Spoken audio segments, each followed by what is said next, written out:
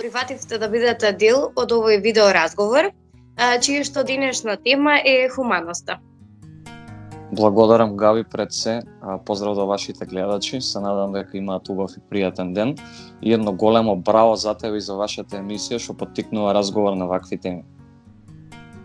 Причината поради која што го извршуваме овој видеоразговор е всушност видеото кое што го објавивте вие на вашите социјални мрежи и буквално одекна.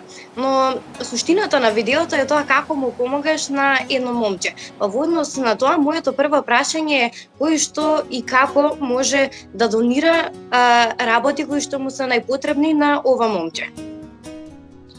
Па вака, Леонардо, искрено можат сите поготово после видеото, мене ми е премногу драго и премногу мило што така одекна видеото на социјалните мрежи и буквално има толку добра и позитивна енергија и мислам дека сега сите во градот го препознаваат Леонардо, сите го викаат, сите му купуваат палончиња затоа што и стварно заслужува предобро, преучтиво, премило детенце. Леонардо може да го најдат низ град. Јас верувам дека му се потребни, може секој дури со најмала работа му помогне, алишта, патејки, да му даде некој добар совет, да го насочи, да му најде училиште и ред други работи. Може да се најде на семафорите, јас на семафорите или било каде низ град. Искрено јас кога го сретнав, го запрашав која е негова адреса на живење, меѓутоа сакам уште еднаш да проверам за да бидам сигурен пред да излеземе со официјална информација. Во ред сега малце повеќе време би сакала да посветиме на твојата инспирација. Дали може да ни откриеш која беше твојата инспирација правејќи го овој гест? Фала на прашањето. Пред се морам да кажам дека најголема инспирација за видеото и за гестов беше Леонардо лично и персонално. И морам исто така да додадам дека дополнителна информација, дополнителна мотивација ми дава но големата негативност, Габи, и што се шири на социјалните мрежи, поготово и цела 2020 година цело, затоа што начело со COVID-19, избори, 5G и ред други работи, голема негативност, едноставно кога и да се уклучи било кој на социјални мрежи, мислам дека 5 од 6% се негативни. Го сретнав Леонардо неколку пати, добив инспирација да му помогнам, затоа што е многу добро детенце, го видов дека е босо, и мислам дека главната инспирација беше со еден камен буквално да утепаме две птици, да направиме едно видео кое што ќе шири за разлика од негативноста позитивност кај луѓето, да разбуди, најголемата порака е да барем да разбуди уште еден човек кој што ќе биде хуман и ќе го направи истото дело јас што го направи. Ти благодарам за прекрасниот одговор, секако кој што верувам дека ќе мотивира многу граѓани низ целиот Велес па и територијата на нашата држава.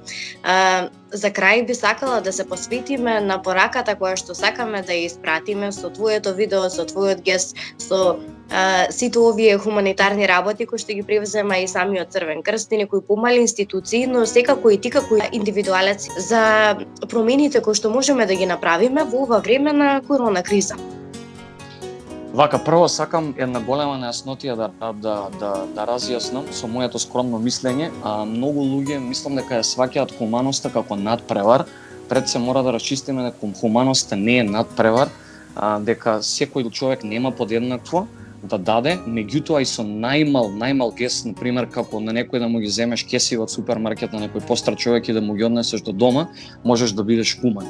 Така да мојот апел е сите да пробаме со гестови, со позитивна енергија, да бидеме хумани и само така ќе разбиеме оваа негативна енергија што се случува во нашава мала државичка и ќе биде поубаво место за живење.